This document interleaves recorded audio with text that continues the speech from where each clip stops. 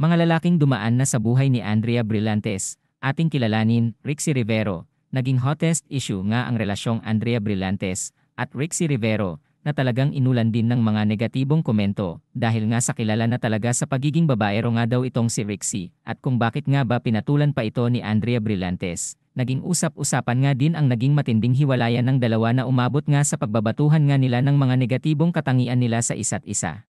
Naisaad nga din ni Andrea Brillantes na unang nag-cheat si Rixie Rivero sa kanya at nakita nga niya ito sa sarili niyang mga mata, kahit na todo deny pa ito, kung kaya't hiniwalayan niya ito.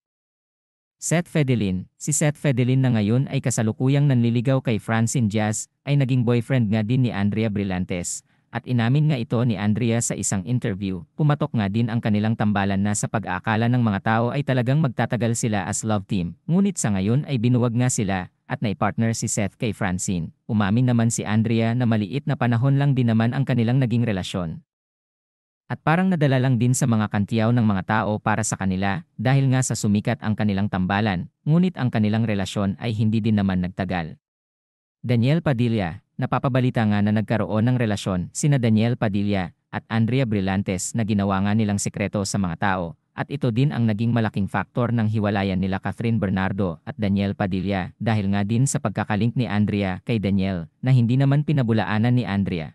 At talagang umiwas siya sa mga naging issue patungkol sa naging relasyon nga daw nila ni Daniel Padilla. Marami nga din ang nagsasabing namataan nga si Daniel noon sa kondo ni Andrea Brillantes at kinabukasan na nga ito lumabas kung kaya't mas umingay pang ang issue na may tinago nga silang relasyon noon ni Daniel Padilla.